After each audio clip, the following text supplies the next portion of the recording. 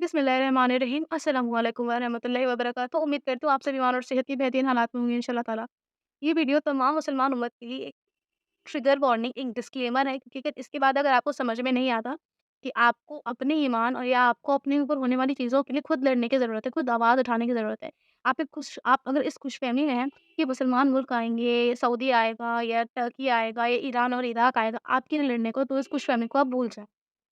बिल्कुल, कि जो चीज़ें मैं आज आपको बताने वाली हूँ, वो चीज़ें आपको एक गौर-फ़िक्र करने पे मजबूर कर देंगी कि ये चीज़ें एक प्रोपेगेंडा के थ्रू चलती हुई आ रही हैं और ये प्रोपेगेंडा पिछले 6 साल से फ़ॉलो हो रहा है।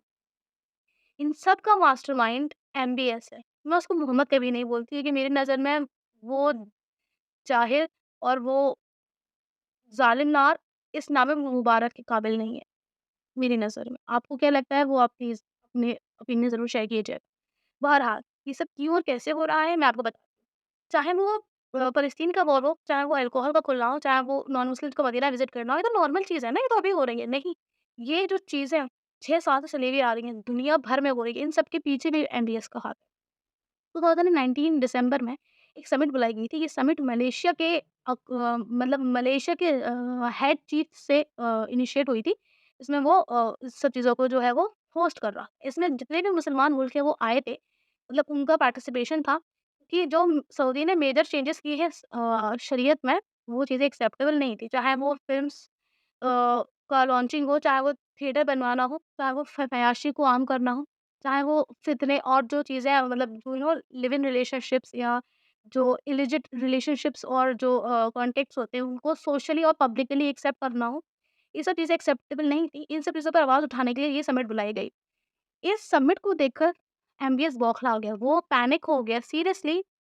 और उसने इस बौखलाहट के लिए, क्योंकि उसको समझ आ गया कि अगर मुसलमान उम्मत एक हो गई, तो चाहे वो चीफ है, वो जनरल है, वो किंग है, वो प्रिंस है या वो दरबारी है, उसकी कोई नहीं सुनेगा और उसको उखाड़ के फेंक देंगे। क्योंकि हम सब जानते हैं कि सऊदी को मुस्लिम नेशंस का सेंटर कहा जाता है, या उसको पावर ऑफ अटर्नी के नाम से भी हम लोग जानते हैं। इसलिए उससे वो पावर चली जाएगी, और जो प्लान वो तब से चला रहा है, बाकी गैर मुल्कों को खुश करने के, बाकी जितने भी इस्लामोफ़ोबिक काम हैं, या जितने भी लोग इस्लाम मुस्लिम के खिलाफ करना चाहते हैं, उनको खुश करने के, वो सब फ़ेल हो जाएँगे। तो उसने इसके लिए जितने भी मुल्क थे, इस्लामिक मुल्क जो उसके अंडर हैं या जो उसके मतलब रहमो-करम पे डिपेंड थे, चाहे वो पाकिस्तान हो, चाहे वो टर्की हो, चाहे वो इजिप्ट हो, चाहे वो इंडोनेशिया हो, इनके पीएम और प्रेसिडेंट्स ने किया, उनको साफ बोला कि जो भी वर्कर आपके मेरे काम करते हैं, मैं उनको निकाल दूँगा एंड ऑल, राइट? वो काम नहीं करेंगे, और जो फंड मैं आपको अभी तक देता आ रहा हूँ, वो मैं आपसे छीन लूँगा, और जो डेट मेरा आप पर है, यानी कि जो उधार मेरा आप पर है, वो आपको इंस्टेंटली वापस करना पड़ेगा। ज़ाहिर-सी बात है, इन मुल्कों ने जो है वो बैक ऑफ कर लिया, और उस वजह से मलेशिया, ईरान और कुछ 1, 2, 3 मुल्क और वो अकेले रह गए। तो ये समिट जो है वो सक्सेसफुल नहीं रह पाई। लेकिन यहाँ पे एमबीएस को ये समझ आ गया कि अगर मुसलमान उम्मत जाग गई, तो उसको तोड़ डालेंगी। इस वजह से इसने थोड़ा सब्र किया। अब उसके बाद लॉकडाउन लग गया, तो लॉकडाउन के बाद चीज़ें ट्रैक पर आने में वक़्त लगा। हमें लग रहा है कि हम लोग को प्रॉब्लम्स हुई, लेकिन उसमें एमबीएस को वक़्त मिल गया समझने के लिए कि उसको वन बाय स्टेप चीज़ें मुस्लिम्स के लिए डेवलपमेंट और मॉडर्नाइज़ेशन के नाम पर फितना कैसे आसान करना है। उसके बाद उसने धीरे-धीरे, धीरे-धीरे डेवलपमेंट के नाम पर चीज़ें नॉर्मल की। वहाँ पे कॉन्सर्ट्स करवाना, गाने लगवाना या सेलिब्रिटीज़ को बुलवाना, ये सब चीज़ें अब आम होने लगी, लोग उसको डेवलपमेंट के नाम पर एक्सेप्ट करने लगे। तो उसने लास्ट ईयर रमज़ान के टाइम पर अज़ान पे बैन लगवा दिया, तरावी पे बैन लगवा दिया, कुरान की तिलावत पे बैन लगवा दिया, दुआओं को शॉर्ट करवा दिया, तरावी और तहज्जुद के लिए अलग वक़्त निकलवा दिया। इस चीज़ से मुसलमान उम्मत बौखला गई। अब जब उन लोगों को भी पता लगा कि कुरान की तिलावत बैन हो चुकी है और वो चीज़ ट्रांसमिशन पे लाइव नहीं जाएगी, तो लोगों को ये लगा कि मक्का और मदीना भी उसमें शामिल है। लोगों ने हर जगह सऊदी के किंग को जो है वो बैकलैश किया, हर जगह उसको क्रिटिसाइज़ किया, चाहे वो डिजिटली लेना है, चाहे आप वो प्रोटेस्ट करने में लेना है। 48 घंटे उस बंदे ने ऑब्ज़र्व किए कि मुसलमान किस हद तक जा सकता है, और उसको ये समझ आ गया कि अभी मुसलमान इतना मॉडर्न नहीं हुआ है या इतना इनसेंसिटिव नहीं हुआ है कि वो इतनी आसानी से इन सब चीज़ों को एक्सेप्ट करे। 48 घंटे मतलब इस लेवल को चेक करने के बाद उसने ये क्लैरिफ़िकेशन दिया कि नहीं, ये चीज़ें सिर्फ़ यूएई या सऊदी के कुछ स्टेट और सिटीज़ तक है, ये मक्का और मदीना इसमें शामिल नहीं है। जब मुसलमान लोगों को इस चीज़ की तसल्ली हो गई कि हाँ, मक्का मदीना तो शामिल नहीं है, वो ट्रांसलेशन में आएगा, उसमें तिलावत होगी, उस पे बैन नहीं है।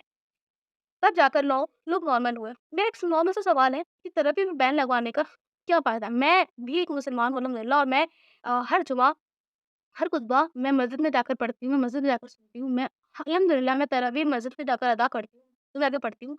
जब तक इमाम की आवाज़ आपके कानों तक नहीं आती है, तब तक वो खुशी, वो सुकून महसूस नहीं होता है। कुरान जब तक इमाम उस फीलिंग से नहीं पढ़ता, आपको लगता ही नहीं है कि आप रो रहे हो, आप फ़ील कर रहे हो नमाज़ को। यहाँ तक कि जो सऊदी में लोग हैं, जो लिटरली सऊदी अपनी रिलीजियस बिलीव्स और रिलीजियस आइडेंटिटी के लिए जाना जाता है, वो उसको ख़त्म करवाना चाहता है। वो चाहता है कि वो ये जानते हैं, तमाम लोग ये जानते हैं कि जिस हिसाब से मुस्लिम लोग बन रहे हैं, मतलब लोग इस्लाम एक्सेप्ट कर रहे हैं, वो उसको नहीं रोक सकते। तो क्यों ना जो ऑलरेडी मुस्लिम्स हैं, उनके बीच कितना आम कर दिया जाए, जो कि हम देख भी रहे हैं। जितने भी लोग ऑलरेडी मुस्लिम हैं, वही वो गुनाह, वही वो जाहिलियत करते हैं, जो कि रिवर्ट्स नहीं करते हैं। रिवर्ट्स को सही और गलत का पता होता है, रिवर्ट्स ऑलरेडी वो चीज़ें देखकर आ रहे होते हैं, लेकिन जो ऑलरेडी मुस्लिम्स हैं ना, उनको डेवलपमेंट और मॉडर्नाइज़ेशन के नाम पर वो चीज़ें पकड़ी जाती हैं और पकड़ाई जा रही हैं, जो उन्हें और उनकी आने वाली नस्लों को बर्बाद कर दें। इस्लाम के नाम पे ये लोग सिर्फ़ और सिर्फ़ अपनी जाहिलियत और अपने जो नापाक इरादे हैं, उनको कंप्लीट करवा रहे हैं। अब चीज़ें आप देखें कि इस हद तक आ गई है कि अल्कोहल जो है वो आम हो चुकी है। जो भी लोग मैं ये कहती हूँ कि जितने भी लोग कुरान को सुनते हैं, मस्जिद के सामने से बाहर से गुज़रते हैं, जिनके कानों में कुरान जाता है, वो तमाम लोग एक्टिव हो जाते हैं। वो क्यूरियस हो जाते हैं जानने के लिए कि ये क्या पढ़वाया जा रहा है।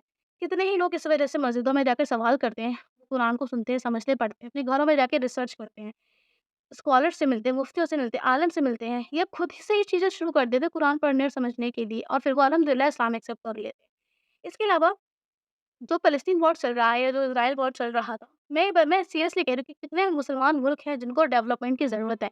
जो पैसा ये अय्याशी और फ़हाइश में लगा रहे हैं, जो ये जाहिलियत और फितने को फैला रहे हैं, अगर उसका हाफ़ भी अगर ये इन जगहों पर कंट्रीब्यूट कर देते, ये डोनेट कर देते, तो कितना ज़्यादा अल्लाह की तरफ से इनको ना सिर्फ़ अज़र मिलता बल्कि कितने लोगों की ज़िंदगियाँ बन जाती। लेकिन नहीं, ये आपको समझने की ज़रूरत है कि ये जो ये लोग जो मुसलमान नाम लेके घूम रहे हैं, वो वाक़ई में मुसलमान है भी कि नहीं? मुझे पर्सनली फ़ील होता है दैट जितने भी तशद्दुद और जितना भी इस्लामोफ़ोबिक दुनिया में फैल रहा है, he is sponsoring and funding all of them. अभी आपको समझने की ज़रूरत है कि आपको अभी भी बरेलवी, देवबंदी, शाफ़िई, मलिकी, हनफ़ी, अहले हदीस ये करना है या आपको अभी जाके अपनी कम्युनिटी को स्ट्रॉन्ग करना है क्योंकि ये तमाम लोग जितने भी इस दुनिया में हैं ना, वो ये जानते हैं कि जिस दिन मुसलमान उम्मत जाग गई, जिस दिन वो एक हो गई, इनकी बर्बादी तय है। आपको साथ में ये भी याद रखना है कि आप किस मुल्क से हैं क्योंकि इस्लाम ये कहता है कि आप जिस भी मुल्क में पैदा हुए हैं, उसके कानूनों और उसके जो भी चीज़ें हैं, उनके साथ वफ़ादार रहना और उनको फ़ॉलो करना भी इम्पोर्टेंट है। लेकिन आपको ये भी याद रखना पड़ेगा कि जब आप पैदा हुए थे, आपके कानों में अज़ान दी गई थी, आपको ये बताया गया था कि आप मुसलमान हैं। आप चाहे पाकिस्तानी हो, आप चाहे टर्की हो, चाहे अफ़गानिस्तानी हो, चाहे आप लेबनन हो, आप कोई भी हो, वो आप बाद में हैं, पहले आप एक मुसलमान हैं। अपने मुसलमान होने के साथ-साथ अपने सिटीज़नशिप को भी कायम रखें और प्लीज़ ये जो डिफरेंसेस आपने बनाए हैं, इनको ख़त्म करें। मेरे पास कई सारे ऐसे पॉइंट्स हैं, जो हमें एक बेटर कम्युनिटी बनने के लिए आगे इंशाल्लाह ताला एनकरेज कर सकते हैं। अगर आप चाहते हैं मैं उन पे एक प्रॉपर डिस्क्राइबिंग वीडियो बनाऊँ इंशाल्लाह ताला प्लीज़ कमेंट में ज़रूर बताइएगा और आपके कमेंट्स मुझे बहुत इंस्पायर और एनकरेज करते हैं अच्छा काम करने के लिए, वो भी ज़रूर कहिएगा। अभी तक के लिए बस इतना ही। अस्सलामु अलैकुम व रहमतुल्लाहि व बरकातहू। फ़ी अमानिल्लाह।